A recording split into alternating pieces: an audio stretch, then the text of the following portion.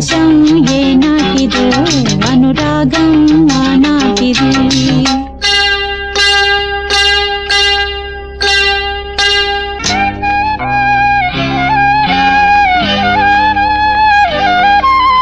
ఏ పువ్వు ఏ తేటిదన్నది ఏనాడో రాసున్నది, ఏ ముద్దు ఏ మోవిదన్నది ఏ పొద్దు రాసున్నది.